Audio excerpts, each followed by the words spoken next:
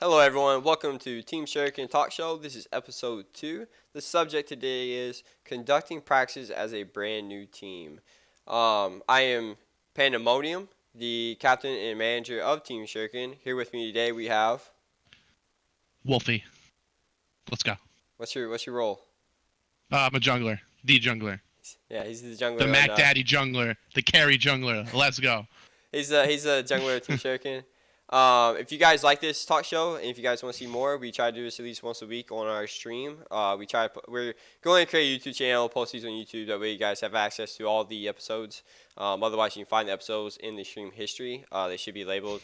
If you guys want to see us in practice and actually see us perform as a team, we stream every day starting at 11 a.m. to 2 p.m. Eastern time zone, Monday through Friday. So yeah, without further ado, the first topic we have here, the first question: what preparations should be taken? And this is for you, Wolfie, to start off with. Preparations taken when practicing as a team. Um, As want a to, you brand new want to, team. huh? As a brand new team, like the first few Yeah, it's a brand new practices. team. You want to have a clear set goal. You don't want to just go in with no like goal in mind. I mean, unless if you're like brand new, there's different tactics you can go, in my opinion. Like you can just play a bunch of games with each other with no like clear goal, just to synergize with your team members, which is a good tactic as well. But you can I mean, you can always also have like a clear goal. Okay, well, let's see how we all play. Let's see who's really aggressive. Let's see what kind of team count we want. So I guess the answer is just have a goal, so to speak. Even if it's just to play games to synergize, like have it set that that's what your plan is. Because otherwise, I mean, if you go and just play games and your goal isn't to learn about each other, then you're just gonna like kind of go on autopilot, so to speak, and you're really not gonna learn anything about anybody. You're not gonna progress. Um, and if you've been like us, like we're relatively new. Like I mean, we've been playing with like maybe a couple weeks so far. We obviously have a couple goals like every game of what we're trying to like accomplish. Um, they need to be clear set, I think, probably written down, and then everyone on your team needs to understand what they are, so everyone's on the same page. Um, and then be like I don't know, consistency as well. Like don't just half-ass it. I mean, have a clear goal. Make sure everyone understands what that goal is, and then consistently progress down that path. That's basically preparations you should have, in my Okay. opinion. Yeah. So my feedback to elaborate on that, I completely agree. Stuff definitely needs to be premeditated and pre-planned. One of the biggest things for me is expectations, knowing your expectations before practice. Mm, yeah. So you know you're not going to synergize, and you know you're not going to like have instant synergy. You might actually lose like fucking constantly throughout the first week or two. Understand that your roster is not set in stone yet. So just because of um, things aren't going well with a person or somebody ends up leaving, don't get discouraged because Mm, that's the whole process because you're brand new. Um, right. uh, and as far as stuff with your team, have a plan as far as trying to correct each other. I think it's a big one. Understand how you want to go about that because once you get in game and people get frustrated, especially as a brand new team, people's like has unreal. Your people that you recruit will have unrealistic expectations of what a team is and how they should start and what they should be able to accomplish within that first week of practice. It's ridiculous, but they have high hopes. So you have to establish what are your goals, like Wolfie was saying. And that part of that is how to correct each other because you know that's gonna be a Mm, problem. People trying to butt heads and correct one another. And before you start practice, make sure you outline that. I think I told you guys when we first started, like, hey, this is my goal for. I do this even now I still like, hey, these are my goals for the week. yeah, But yeah, yeah. but you should uh, put that feedback with your team members. Don't think that you should always be like, hey, I got this ace up my sleeve. I'm very knowledgeable, and the less I tell, the more knowledgeable I seem when the time comes. Like, put that feedback out there just so they understand. Like, hey, we're brand new. We're not going to strategize much until our roster's set in stone. We're mainly working on synergy, communicating with one another, try to get the basics down because you can't strategize without basics. If you have a Right. brand new team and you have this awesome comp and you play in certain ways, then it's not going to work. So very similar to those who are watching our practice today, we were practicing a brand new draft. That draft would not have done well if we were brand new to the team. It just would Right. not. It wouldn't have done good. But because we have synergy and we could be like, hey, this is our strong side. This is the way we want to play out the lanes. We're able to do that because we're more familiar with each other. But you can't do that as a new team. Like if you guys watch us practice, you can't do the stuff that we do because you can get there, but you're not gonna be able to do it right off the bat. And just communicate that and have a set way that everybody's gonna correct each other. That's a huge thing that I think is very important to establish. And that right there, how people correct one another changes the attitude of practice and how everybody perceives each other, like what they're like. So if somebody's always giving them feedback and always trying to bash other players because he doesn't understand how to properly communicate with his teammates. You could have stepped in beforehand and communicated that with him. That way he knows and he can come off more friendly to his teammates and build a better relationship since everybody has their own first impressions with one another. Right. Yeah. Completely agree with that. All right, off to the second question here. What should you aim to improve or accomplish? So I'll be starting this one off, and this one's like it's very similar in the aspects of like the preparations because you're gonna have goals, you're gonna have stuff to what you want to improve on and what you want to accomplish starting out with the team. So if that's the case, right? Um, your goals, what you want to accomplish, should be within the preparation. And the biggest thing to elaborate on that is just make them realistic. So understand that you cannot practice comps. Understand you cannot practice drafting phase like perfect drafting phase or anything else or any of that. Your goal is to improve. Yo, bro, you're typing. We can hear it. The goals, the main thing to improve is the communication aspect. Just getting to know each other, building that synergy, and getting your roster set in stone. Obviously, that's not your players' concerns about the roster. They're there. You tell them to show up. They show up, and you pretty much explain to them what you want to get accomplished, and they help you accomplish those goals. So the roster Yeah. is on your end, but the communication and small little improvements to the left or right is a team oriented um, thing. So when you're playing, right, you didn't have any set goals, but it doesn't mean you can't improve. So when you're playing, something comes up. So let's say like something early on for us that came up was objectives. So we at the time we had gotten Yeah. a bot lane play and we fucking demolished them and we sat there and argued whether we should do dragon or should we do tower or should we just not do anything. They're And basically so clicking back and forth and not yeah, doing anything yeah. at all. And Yeah. and we wasted like 15 seconds or so arguing that we just got nothing. I think we ended up dying because we just overstayed and just sat there and argued. Yeah. So and shit Fun happens. times. But afterwards we talked. We're like, hey, what is our first? What we want to prioritize? What is the most important thing to us? Do we want to do first tower or do we want to do dragon? Because we did that when most of us weren't even 6 yet. And so we can't do both. And I think that was part of it. We're trying to split the resources. When you can't do both, we have to go one for the other. So tackling those small little things as they come up will help you. So when you strategize, you don't have a lot of those smaller issues. All those things are there, and it helps you out. So we have done like a lot of warding stuff. And our new thing today was strong siding, meaning playing through a Hmm. particular side lane. Which I So think worked beautifully. yeah, and we have like when it came to warding, when I explained warding, it was like 3 seconds. Like it was simple because Yeah. everybody knew like how we want to ward as a team. I just had to make small adjustments. Like, hey, instead of wording like this, we're just gonna word like this. And it was very small, minor tweaks. So I didn't have to spend like 20 minutes explaining wording, which is nice. But that was through prior planning in our earlier stages of practice that led us to do that.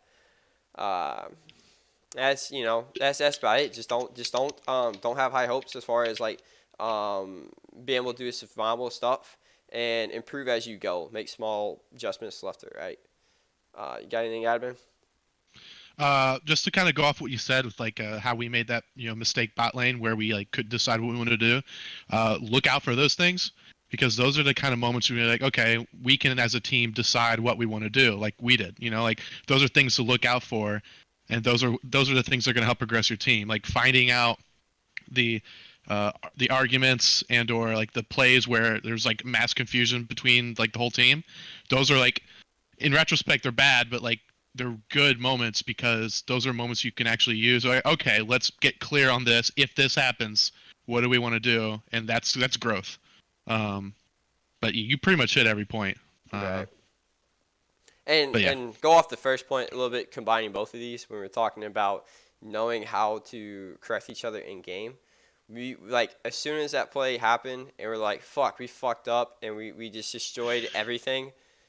Like instead of keep talking about it, we all just agree like we'll talk about it after the game, and we just kept on. yeah, yeah. That from that point on, that play didn't even happen. Like we just made our own thing. Like I think we lost top tower from it, but I played out my lane. A bot pushed in, we lane swapped, and we went on. I think we actually won that game. We did actually win that game. Yeah, So it was rough, but we ended up winning yeah, it. Yeah, yeah. So shit happens. You just got to know how you. That's going off of our first point. You have to have a plan set of how you want to correct each other and go about it. Because if we spent like another 20 minutes talking about that, there's no way we probably would have won that game because it was a tight game. So because we were yeah, able to drop it and keep moving on without getting heated or tilted, and we understood this, the problem will be addressed later on. We don't have to bring it up right now. It will be addressed after the game. And it's kind of like Wolfie said, we will have heated moments. And I think that conversation was kind of like, it's like we weren't yelling at each other, and we weren't mad at each other, but you could definitely tell there was you intense. could tell there was frustration and tension for Yeah, sure. yeah. Yeah, Like these are my opinions and views. Why don't you see it my way? So, and you just have to work through it. Is all. Like, and I say this all the time. A good team does not like it. You're not defined as a good team whether you argue or not. Arguments are very yeah, healthy. oh yeah, You're defined as a good team based on what comes out of that argument. Do you yeah. correct the deficiencies and come out and you're that much more knowledgeable? Because good teams argue. If you don't argue, you're doing something wrong. Yeah, and yeah, basically, our arguments, like they suck at first, but ultimately they're like they mean growth because you're gonna address it, and just being able to drop a situation because obviously arguing about it is not gonna do anything. He's got to focus on move. Okay, what do we need to do now? We lost this. How do we recover?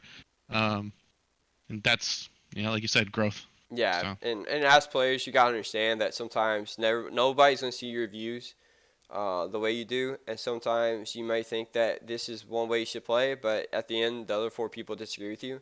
So you just kind of have to swallow your pride and just be like, yeah, we'll try it this way, then we'll see what happens, even if you think it's wrong. And who knows, it might be successful and you learn something new. If it's wrong, you go back to the drawing board, and maybe you're all wrong and you realize you have to do it a completely different way. You never know. yeah, So even as a captain standpoint, if these guys disagree with me, and they know this, if they all four disagree with me, and even if I'm like, I really think this should be the way to play, I will go with their opinion and we'll try out. I even tell them, I don't think this is right, but because the vast majority of you wants to put in, this type of play, I will give it my best shot. I will do, everything I can to make this play work, and then we'll yeah, figure out if it works or not. As a captain, just because you're the captain, you do have the final say. If I literally told these guys, no, we're not going to do that, like they might be a little butthurt, but I think they would do it. You know what I mean? They'd be like, okay, fine. But you shouldn't be like that as a leader, and I think you would lose a lot of respect from your players, and destroy what you're trying to establish in a healthy environment if you do stuff like that. So even a captain standpoint, you're not always going to be right. right. And if you're right, sometimes you got to suck it up and You got to find the right balance of like flexibility and being like stern with like a decision. You know what I mean? Like obviously, if we all are like, no, this isn't gonna work, and there's a odd man out, if it's not gonna work, it's gonna show up in gameplay. Like say Rufio's like we shouldn't be doing this, but we all think no, we should, and then it doesn't work every time. Maybe in Rufio's in the back, like I told you, we shouldn't do it. Like eventually you'll get to what works. yeah. But it's just compromise and learning as you play, and it's gonna happen. You're gonna clash. Um, is what it is. It's part of the team. All right. So the third question here we got, how in depth strategically should you go? And this is on you, man. So I know there's a lot of differences with like the answer for the kind of this one. I personally, I think we did a pretty good job with it. Like we had a very broad goals when we first started. When it comes to like, let's just try to communicate, let's just try to, learn that kind of stuff. What are the like basic jungle routes? But overall, we played like, especially for that first week while we were like recruiting and looking for more people, we just played games with each other, and like getting synergy. And like, so you don't want to go too in depth, obviously, because one, not everyone knows each other, and two, you don't know how everyone's interacting with each other, when it comes to being told like how to play. Because if I'm an ADC, or say I'm jungle, and I feel like I know how to jungle, and I come in here and then I'm being told, hey, how about this clear so that you can do this? I'm like, okay, I don't really want to be told what to do. So like, obviously, you want some kind of synergy with your team. You want to have some kind of mutual respect between your members. You obviously don't want to be like going to like first day of meeting people, telling each one, this is what you need to be doing, this is what you need to be doing. So I don't think you should be going too in depth when it comes to like strategy, because you're getting to know each other. You're trying to learn each other play styles and stuff like that. Obviously, as you progress, and like we were talking about, as you play, you're gonna come up like just naturally on problems that happen in game, like miscommunication in that bot lane, and those are good points to progress strategically, because you can talk about, okay, this moment we fucked up, how are we going to fix it? And then boom, you're already strategically getting more in depth. You know what I mean? A lot of it's going to happen naturally. I feel, um, you know, that's my opinion. Yeah, I agree. You shouldn't go too in depth. As a captain standpoint, I feel like it's his captain duty. Whatever strategic plays that come into the team environment, you're definitely responsible for them. But you shouldn't go too in depth as far as this is our cops. This is what we're trying to do. When we first started, we restricted, and we made it where, hey guys, I just want to see like 5 champs from you, and we'll bolt down to 3, and we'll keep playing those until we get good synergy with one another, know each other's play styles. Also, too, you force players to play a certain style that they favor. And certain styles change. Like they may play like for Wolfie, for example, when he swapped over to jungle, he played a lot of tanks. He played a lot of Zac and Ramus and stuff like that, and then he slowly progressed into assassins, and now his whole champ pool is like assassins. So we know he can play tanks, but just playing with us, he was forced to play tanks, and he realized, hey man, I just don't like playing tanks with you guys. It's nothing. It's Well, nothing it wasn't just I didn't like them. I just felt like they weren't as viable, like in the in the in the meta. jungle early game. Yeah, yeah, yeah. And obviously, like we played against an Amumu today that like did really well early. Hmm. But you got a couple picks off. If it were just like a neutral game, I felt like I would have scaled way better. But it kind of is what it is. Tons of CC versus kind of a snowball. There's a plus and minus for everything. But I just feel that. But that's the whole point. You're progressing as a team. Like, hey, I'm playing this tank jungle. I really feel like I'd be more helpful and impactful as these early game junglers. I feel like it's where the meta's going, and we talk about it as a team and Hmm. progression basically. Right. Um, and as far as like players' responsibilities, like me for example, I have ideas. This is how my junglers play. This is how my mid laners play. And et cetera for the rest of the lanes. You have to introduce those concepts slowly. So you can't just lay out a list first day and hey, read these 15 bullet points and do these things. So Don't want to overwhelm. right. And so like it play to your strengths. Like if you don't know a lot about the fucking lane, don't try to act like you know a lot about the lane. I fucking suck as a mid laner. Today is the first day I've ever gave suggestions to our mid laner, and they were pretty fucking broad. They were mostly about the new way we're drafting and the direction we're taking, introducing the new concept of strong side. Um, and it was literally I was just giving him suggestions how to ward. Not about matchups, not about roams. I think I mentioned something about a roam. It was just an idea. Hey, if he shows up randomly bot lane, then try to do a proactive play instead of reactive play. So instead of following your laner, where more likely that lane's already dead, go up to the other lane, the opposite side lane, and try to surprise him because we'll have numbers advantage. And if you disappear from the map, they think you're following your laner. Whereas if you go to the opposite side map, whether it be top or bot, they don't expect you there because they thought you just followed your opponent.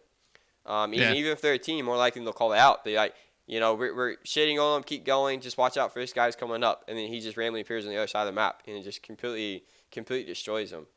Um, so and that's very broad tips, and different ways to ward based on what our new strategy is. But I haven't discussed with him matchups or anything crazy. Even when he roams, I don't really tell him like, hey, roam this direction or anything else.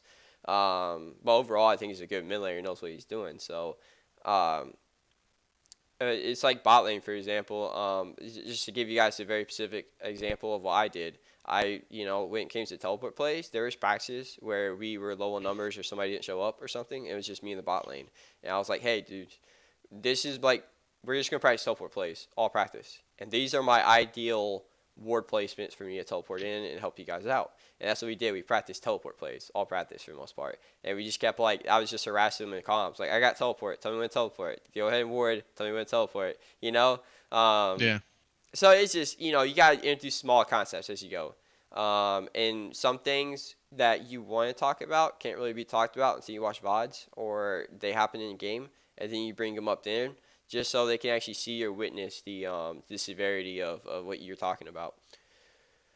Um, so yeah, just learn as you go. Don't come out with this big old strategy is what I'm getting at. Learn as you go as a team, and then once you actually have like we've been playing for I don't know over 2 months now, so we're starting to get more in depth. We're starting to be like this is how we want to draft. This is how we based off our drafting. This is how we're gonna play the early game, and we're Hmm. gonna rotate this way and make sure we push down towers. This is how we're gonna bait for certain objectives. We get really in depth now, but we've been playing for 2 months.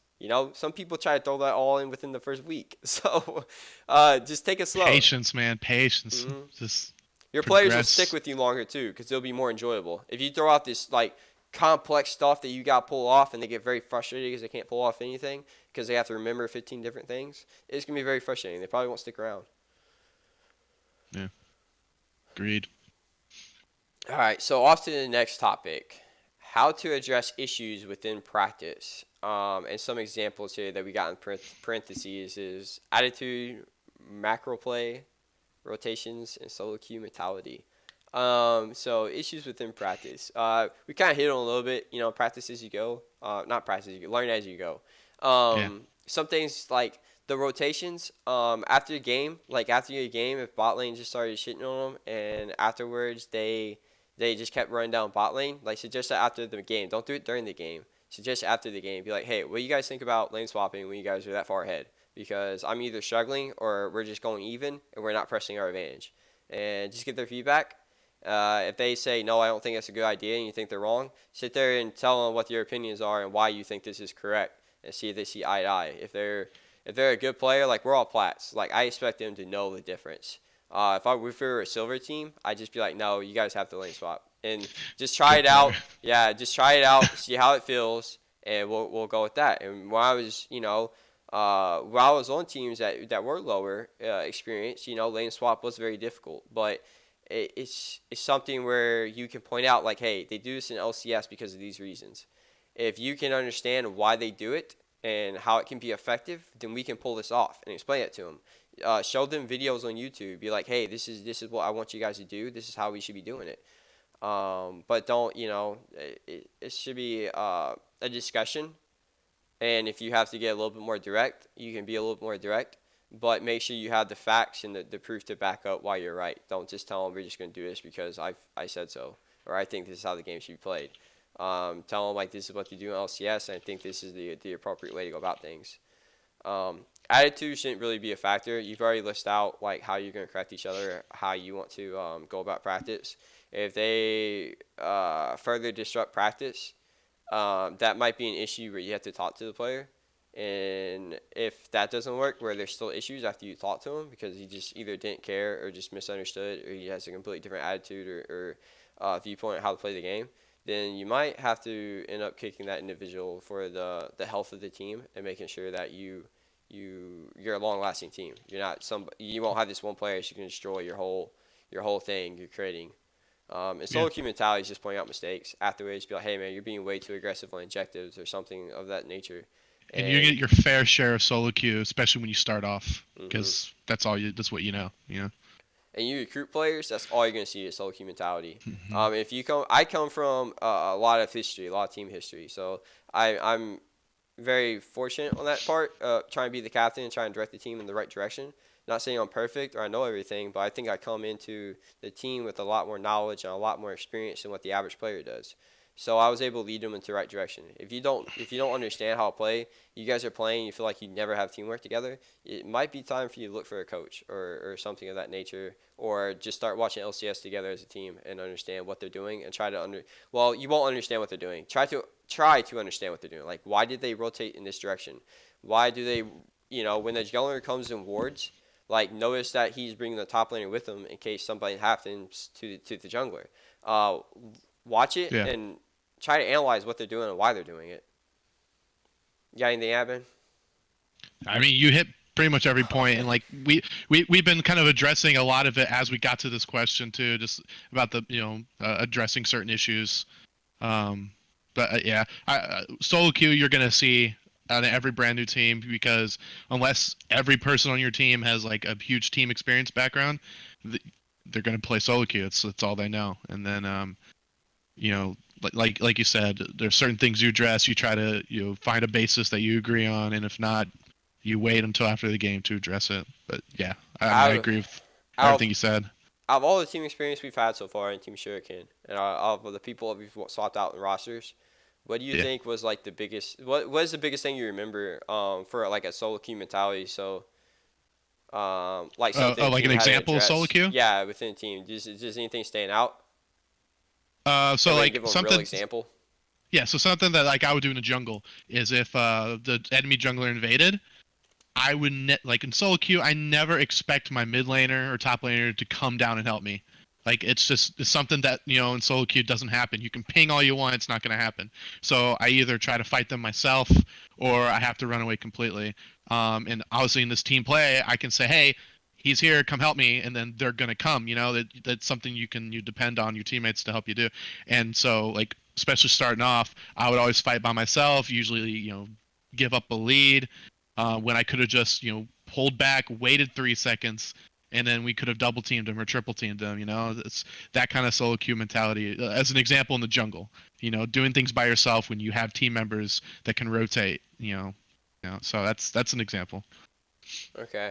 Um, Another thing I could point out too, as far as examples from previous or from the past, and I mean this is a recent example, is during drafting phase we had somebody. I'm not going to say who, although I think he knows who he is if he's watching, but somebody who just wasn't listening to us during drafting phase, and we picked something that I felt like he was just wanting to play rather than something that was team oriented, and that's something that we've addressed Yeah. recently. For that guy.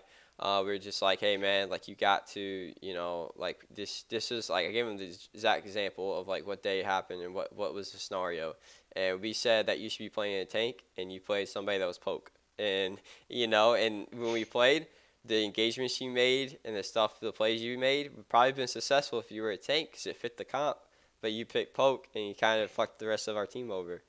And he knew, and he apologized. He's like, you're right, and he has been working on it. And that's just something that you got to point out as they come up. Just understand and don't get frustrated with them because, stuff, it's hard to break solo queue habits. It takes time. And it's one of those things, don't stress on it or don't try to point out too much in game. But after the game, every time it happens, definitely point it out, and then it'll drill into his head. Don't have a 10-minute conversation about like, hey man, you did that again. Like we need you. Sorry, we need you to stop doing that. And then eventually it'll click. If he realizes is like more time you say it, the more he'll realize, yeah, this is a really bad habit of mine, and he'll start correcting it. Yeah. All right, so the next question is how should teammates correct each other? Which we hit on this a lot, but you can go ahead and Yeah. go and elaborate our perspective. Like how do we go about So correcting each other? so the way I've always viewed it, and luckily our team kind of views it the same way for the most part, is if the advice you're going to give for a mistake that happens in game isn't going to be helpful for the rest of the game, save it for after the game. Like because otherwise you're kind of it's like low key flaming, um, which a lot of us have trouble doing. Like, you want to point out there's a mistake that was made, but you don't. If it's like, so say I am engaging too hard, without the team. You can say, hey, you got to pull back or wait for us to we're ready. Watch our ults or whatever. That kind of criticism and like correction is going to help throughout the game. Because it'll be like, okay, before I go in, let me look at my. It's something you can do. But if you could say, hey, you jumped in too early, and you keep saying that, you just jumped in too early. You jumped in too like yeah, I jumped in too early, but like give something that's gonna help me through the game, you know. And if it's something that's like say I keep diving under tower or you know, and I keep giving up kills, just pointing out that I dove tower and gave up kills, I already know that, you know, like it happened. I was there. You know, so, you know, if it's a real issue that needs to be addressed, save it for after the game because you don't want to get in that you know tilting mindset. You want to be constructive, and you know you want comms to be for the game, not for you know constant pointing out flaws, so to speak. Like there's a difference between pointing out flaws and giving constructive you know criticism. You know, um, but for the most part, if it's little things, you know, point it out, move on. If it's something that's like a recurring thing, you know, take note of it and wait for after the game and say, "Hey, I noticed you did yada yada yada yada." Again, we've been talking about it, you know, for the past you know few minutes about you know talking about mistakes and stuff, but yeah, Yeah. Just to elaborate just a little bit, I got a small thing to add to that. Same way with like what he's talking about, if it's just like a situation that doesn't help at the time, but also too, it's like if it is important, but it's a long, lengthy concept, like for example that we gave earlier about knowing which objectives to prioritize over others, you have to say that after the game because it takes about 20 minutes to explain and it's a team yeah, discussion. So yeah. That's the you, other thing. If it requires a longer explanation, yeah. obviously you want to save it because you need to focus on what to do next. Right. And like today, to give an example, like what today, or at least something I noticed that I was trying to correct within the game that I felt like we could have correct. So like we were struggling last game in team fights, and I Mm. felt like we were just kind of like we have a very snowbally way to play, um, and we got ahead early. We did really good, and then towards the middle of the game, like we were giving up our leads because they have a very snowbally comp against us as well. The only difference is we have more champions that scale in the long run. So we were still trying to keep up the tempo. It's just been working all day. Like we were 3-0 playing our last game. I mean, we won it, went 4-0, but during that game though, we were definitely struggling mid game. And I noticed that, and I was trying to communicate with the team. I'm like, hey, like when the fights happen and they're ganking and stuff, like the team fights happening, they're grouping wrong. You can't like they're a group, they're already fighting. You can tell them to peel back, but you can't be like, hey, we've already said not to do this, or we shouldn't be doing this, or whatever else. Like you have to play out the where the cards are because you're already engaged. Mm. And if after maybe one or two dies, you get the rest of them out of there, so you don't take any objectives. After that, you have to be like, hey guys, we got more champions to scale. Let's just pull back. Our bot lane's ahead. We'll pull back, just play through them, and we'll just play for the long haul. Just make Yeah, that correction right there. Like when stuff's not going on, just like, hey guys, this is the plan. Let's execute it. And it didn't take me very long to explain it all. It only took a few seconds, and then we were able to continue the rest of the game, and we ended up winning it pretty convincingly, I think, towards the end. oh yeah, Um, for sure. Once we started actually communicating and establishing, okay, these are our targets. What do we need to watch out for? You know, per fight, we got better, and like you said, just a rough start. yeah. So All right. So the next question here, and it's just kind of shifting gears into a new topic that we haven't really talked about too much. Should you conduct practices without a full roster? So I'll be starting off this question, and it's an absolute yes. And that's something I like when you go in your team and you have your expectations, you can tell your team what to do. I've said this during recruitment. I was like, hey, we're gonna have days where we don't have everybody, and I expect when I recruited, I told everybody it's gonna take me 3 months to get a full roster, set in stone roster. We obviously did that. I don't know, it's like about 2 months, roughly like right at 2 months, right? So we were like a month early from what my expectations were. right, Um, but I told everybody like we're still gonna be practicing. We're still gonna come on the same time that we normally do, even if it's just two of us, and we are still gonna be conducting, what we can. There's still things that we can practice, even if it's small communications or just making, like ganks more effective or teleport plays more effective or whatever else, depending on who you got with you. Um, and it builds synergy. Like you're still playing with each other, you still get used to each other, and you're there for the long haul. So if I were not to do that, if let's say if I got Wolfie, I got E girls, and we've been playing together for a few weeks now, and all of a sudden I recruited somebody that was very toxic into the environment, or that somebody was disruptive. After a couple of days, they're confident enough to come to me and be like, "Hey man, this is a problem," and they know I'll fix it.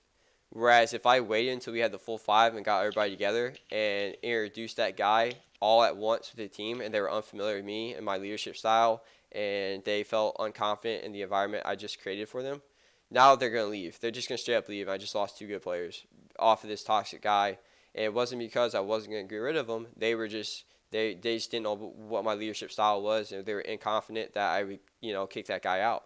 So it's good to establish that.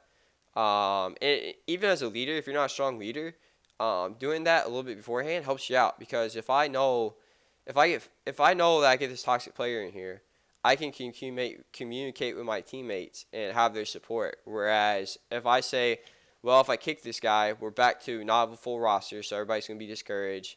They're gonna feel like I'm being too like I don't know, a dictatorship type of format where we're not I don't value their opinions or what's being said, but and so there's some people out there, some captains of teams that will not kick people like that just because they feel like it's going to cause problems.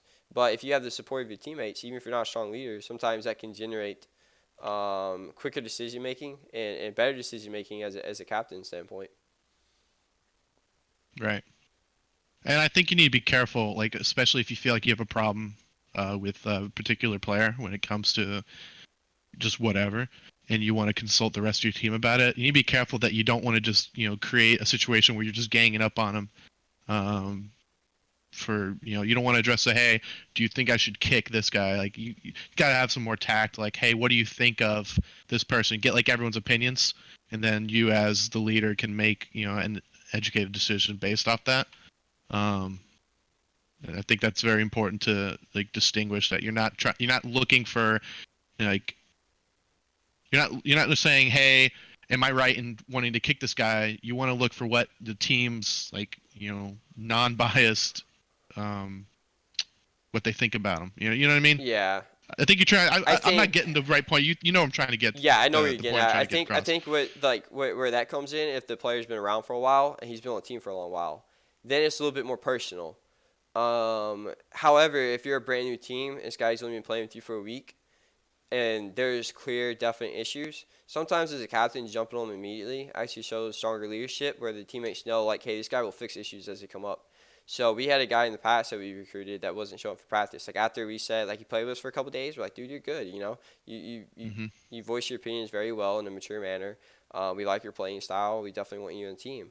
Right after that, he just was always late, 5 days in a row. And I even said, like, it was like the third day he was late. I'm like, guys, if I'm gonna talk to him after practice, and see if things changes. If he does not show up through these next 2 days, he's off the team. I'm just gonna message him, and that's it. Because obviously I can't talk to him because he's late. So, Right. um, and I wasn't there wasn't a group discussion, nothing. I just came in, I'm like, guys, this I know it's an issue, and this is how I'm taking care of it. And Right. so, that's what And it's happened. different when they're like blatantly breaking like the very fundamentals that you established when Hmm. you like brought them on. But yeah, those are just decisions as a leader you got to make. Like if they're not showing up, find someone that will. Like got to make that decision. So yeah. So as far as practicing without a roster, it's a definitely yes. You can still build synergy. You can still build small things up as you're going along. Heavily agreed. Yeah. So the next question, we covered it a little bit, unfortunately, but the next question, we can go a little more in depth though, because we didn't necessarily go about exactly how you should approach these things. But should you address members? I'm sorry. How? It's definitely yes. You should address this, but how should you address members not showing up? Uh, so I feel like there are different types of people when it comes to excuses. Like you got the person kind of like the person that we were just talking about who like just doesn't show up and with no really good reason.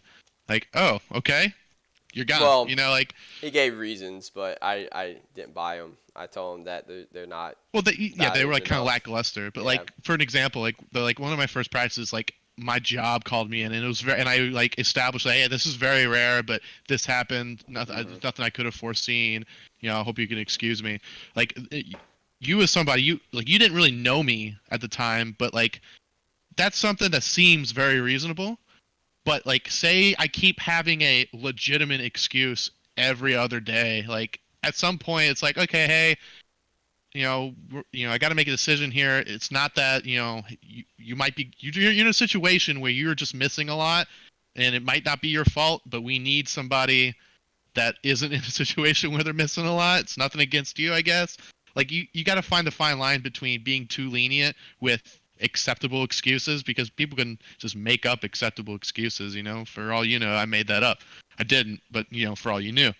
Um, and then just blatant, just not showing up, breaking rules, causing rifts, uh, or whatever. So like, I think being late is kind of the same as not showing up, in my opinion. Like, because we're trying to, get an have an objective. We're trying to get things rolling, and if you're not here, we either have to wait for you, or start a whole game, that's up to possibly 40 minutes or longer, without a key person, with somebody that's random on the team that we're not going to be able to communicate with.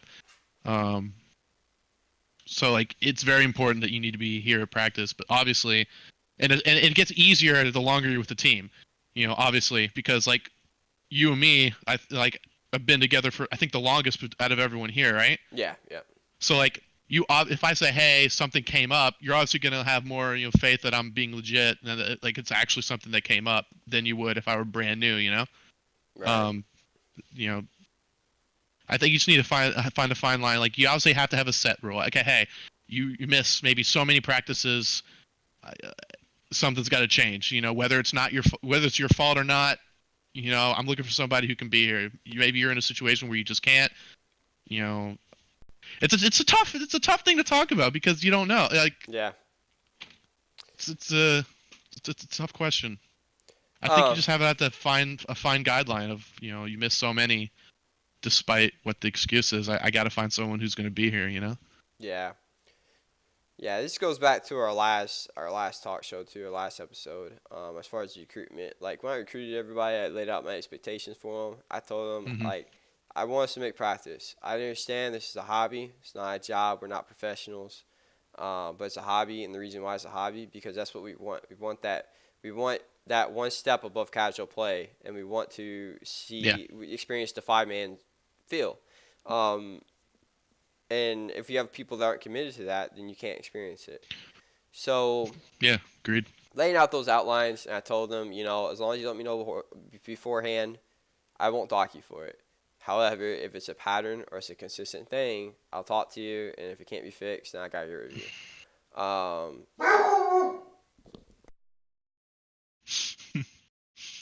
so sorry. Hey, dog. Yeah, yeah. He ejects. He has a different opinion. Uh, his name's Draven, so he has the same characteristics as him, I guess. He says, "Hey, I'll be late, and I'm the carry, so if you want me, you better keep me." Um, so yeah, if if yeah, lay out your expectations. They don't meet your expectations, then you have to address it. Tell them like, "Hey, you're not meeting the par," and there shouldn't be a second warning after that. There really shouldn't be. They should be able to fix it. Right. If they've been around for a while and they miss a day, like I don't harp on it. Like like I think Rufio was late the other day. It's kind of like whatever, man. Like you're never. Yeah, I'll mark it, but you're never late. Like you're late once this month, no big deal. It's not a thought in your mind that it's going to be an issue here. Right, Like, right. it's. The longer you play with them, the more you'll know. But early, when you're a brand new team, you kind of have to lay the foundry. And if you do recruit somebody, understand that you just recruited them. They don't know they're going to make the team that fast. So if they did have Right. something that week, don't think too much into it. We recruited a player. That's what he said. He's like, "Hey, I'll be gone this week because I didn't know I was gonna make the team, and after a couple days, I'll be back and I'm good from then on out." I think it was E-Girls. That I was like, I did the same thing. Yeah, I think a couple of us had that "Yeah." situation, because So I was in Texas. Yeah. And I was like, yeah, no big deal, man. I've got fucking 3 months to recruit people. So we got plenty of time. So, Yeah. Yeah. and it goes off of like the strategy. If you don't have like this huge thing that you're trying to accomplish, all this stuff, it doesn't hurt as bad. Where you're just like, well, I need him here because I got to get this stuff done. Like, take it slow. And definitely through your recruitment, make sure that you really want this guy. If you have to wait for a long time for him and you're on the fence for him, be like, well, talk to me when you get back, but in the meantime, we'll keep recruiting for that role. Let's see what happens. But for the most part, I think for us, we were just I recruited one position at a time for the most part. Hmm. And so when somebody says like I wanted this guy, but he's gone for like 3 days, I'm like, no big deal. I'm gonna start recruiting for the next role. Right. But if I was in like if I was trying to speed up the whole thing, or I only had one role recruit, I'd be like, okay, um, we'll keep recruiting. I really want you, and we'll talk to you and get back and see from there on out if you can make a consistent schedule. And if you end up finding somebody, alternate their days. So you'll come, these days, you'll come these days, and just see if they show up. If one guy shows up and the other guy doesn't, then obviously the other guy's your guy. Um, so there's different ways to go about it, but it definitely needs to be addressed. And those are some examples of how you should address them. Yeah. So we got our last question here: how to handle players leaving? I Oof. after okay, I'm sorry, I can't read. How do you handle players leaving after a couple of practices? That's Um, demoralizing. it is. That's Yep. that's rough. Yep. So one of the things that to put an example of what happened within this team of Team Shuriken, when we were recruiting and after I got e-girls, I think support was very difficult for us to recruit for. I think he was getting very depressed about it, and I really liked e-girls, and I definitely want him on the team. And it all boiled down to this, man. I told him, I'm like, I told you when we started, my expectation was 3 months of recruiting. The difference like it's a long time, but the difference between our team and somebody else, like if you get to know me, I'm dedicated. We're gonna go far. I'm gonna push us, and I'm gonna push us in the right direction. It's going to be a healthy environment. Whereas most teams, like yeah, they'll recruit fast, man. Like the teams recruit faster than me. That's true. They'll play, and you'll get a team within a week. The difference between this team and that team's not going to stick. So you'll have fun for a month until you disband.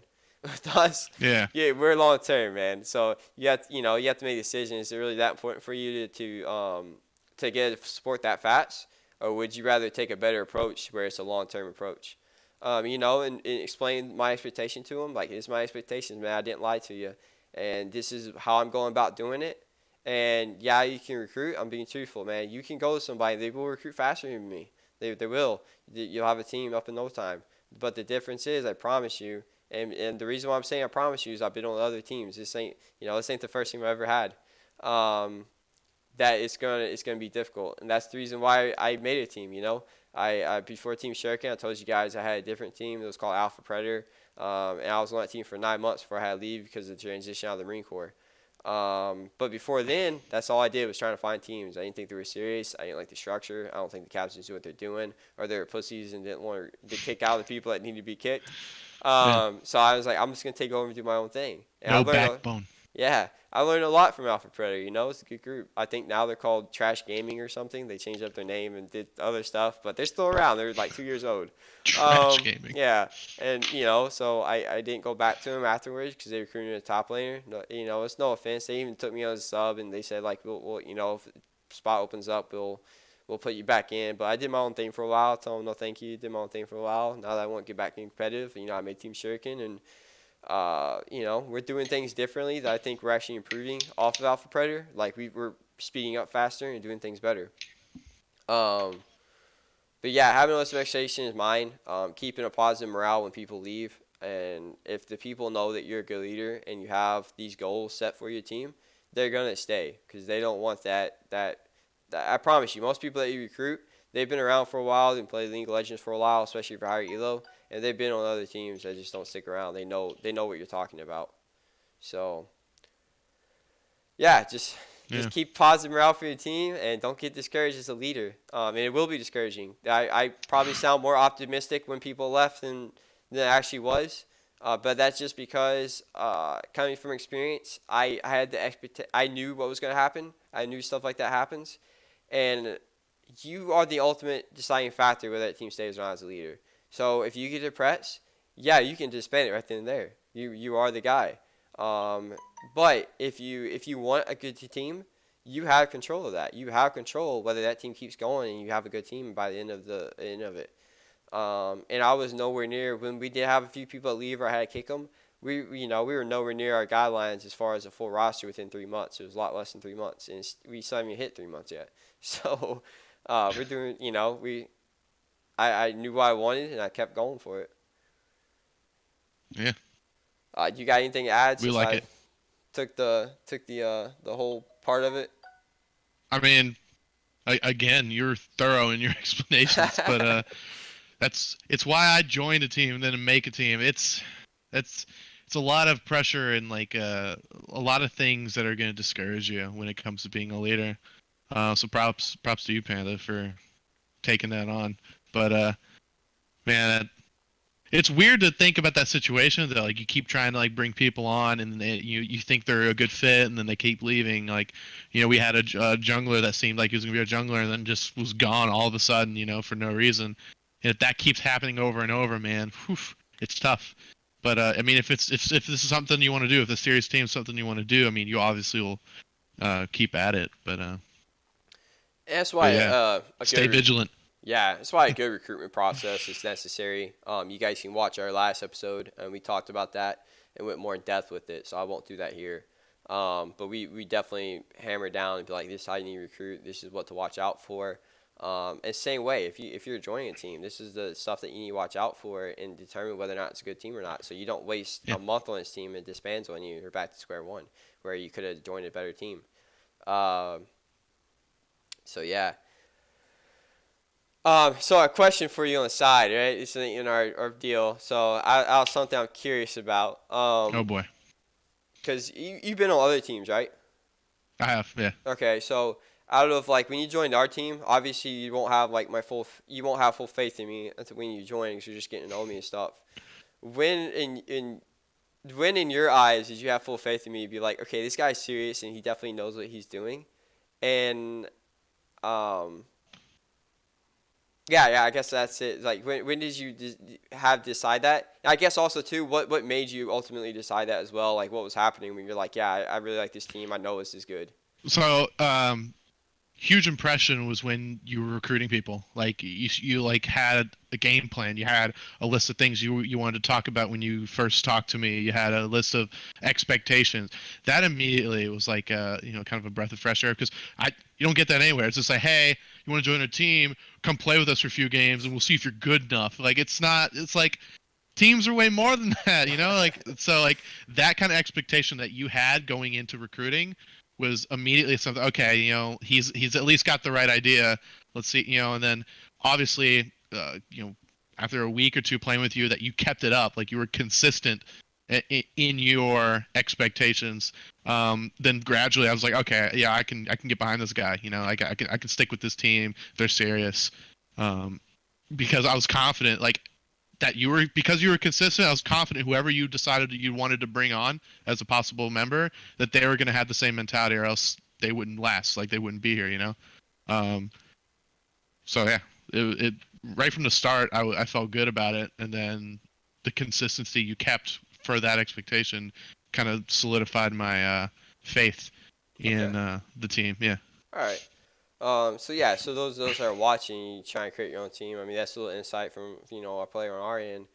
As far as like because I don't know, like I don't know what player what they're looking for and what is the ultimate deciding factor of when they Consistency is key, yeah. So in my opinion. when do they like I got full faith in this guy leading us. So it's good to talk about that on the show and present Hmm. that information to those that are out there. Because I really can't say when certain players have like, hey, this is the moment where he was like, okay, we're good.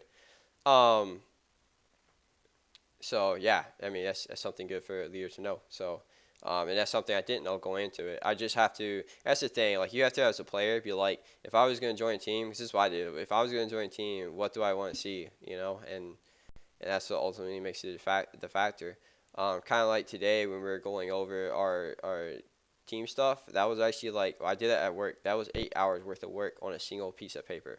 So, like, you have to understand, like, this is what my team looks for, and this is the best way to explain things to them, and this is, like, where, does it still follow the guidelines I want to go? So, and those who Yeah. didn't see And practice, I'll be honest, like it was, I don't know if you felt it, but it was obvious as we were going through that. It was kind of like oh, okay, I can get behind this. Like it was awesome, It's like it was a huge progression and like, kind of a morale boost. Like we have direction, like this is yeah, awesome. We aren't just playing games and correcting errors. Like we have a clear goal. And um especially like Ray like coming in and saying a couple things and we taking it to heart and putting it into practice. Like it's just It's coming together, in my opinion. I love where we're heading. So Okay. yeah, Yeah, I can definitely see that too when we were playing today. Like the morale was definitely shifted towards the right direction. And I've said in the past, I think when we play, we struggled right off the bat, like within the first couple of games. And today it was like complete opposite. yeah, I know. I actually think we dwindled as we went. More so, we started Our like early the game was hype. on point. Yeah, it was hyped, and we started slowly. That's why I took that 5 minute break too. I mean, who knows? We Yeah, might have lost that last game if we didn't take that 5 minute maybe. break. Yeah, yeah. That was a tough one. I Or mean, mid game is tough. Um, still felt good. so yeah, yeah. So yeah, it's good. Um, that's about it. All we got for you guys. Unless you can think of something else or any last minute questions or anything or for advice for brand new teams, Quiz me. huh? Quiz me. Oh, Let's go. I don't have a quiz, but uh, all right, that'd be it for you, for us guys. Again, you can check us out on stream. Actually, watch us in practice. So we keep talking about how we're the shit. So actually, watch us and see the shit in action. You know, um, but and a big thing too when you guys watch us. Hopefully, we make mistakes, but hopefully you guys can learn off mistakes as well. So we're not saying go in our team practice and you're gonna see absolute perfection and like we just need to do what these guys do and we'll play just as good. No, we make a lot of mistakes on stream.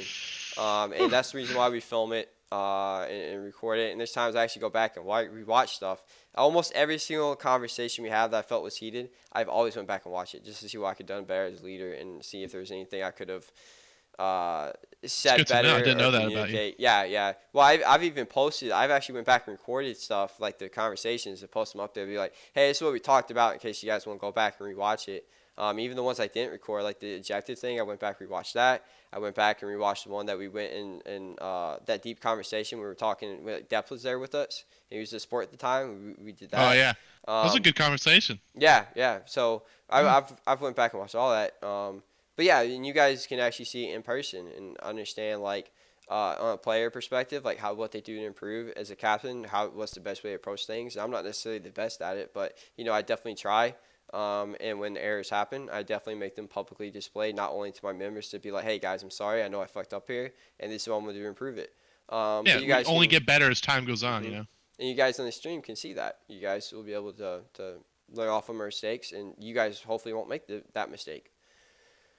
So Yeah. again, 11 a.m., 2 p.m. Eastern, Monday through Friday. And keep tuning into these talk shows. If you guys watch the stream, you'll know exactly what day we do it. It's kind of random right now. I was trying to keep it consistently on Thursday, but Thanksgiving's tomorrow. We don't have practice tomorrow if you guys are curious. Um, so hopefully you guys enjoy your holidays, your Thanksgiving, your National Turkey Day too. So, but that'll do it for us, guys. We'll see you in the next episode. We'll continue on with a brand new topic with new questions, and hopefully improve the talk show a little bit at a time as we go. Today was a little bit improvement from last week. We actually have a face cam, so we can actually Hey. see Wolfie here. So hopefully we see you guys Friday on our stream. If not, we'll see you next week. And keep tuning into these episodes. Thanks for watching.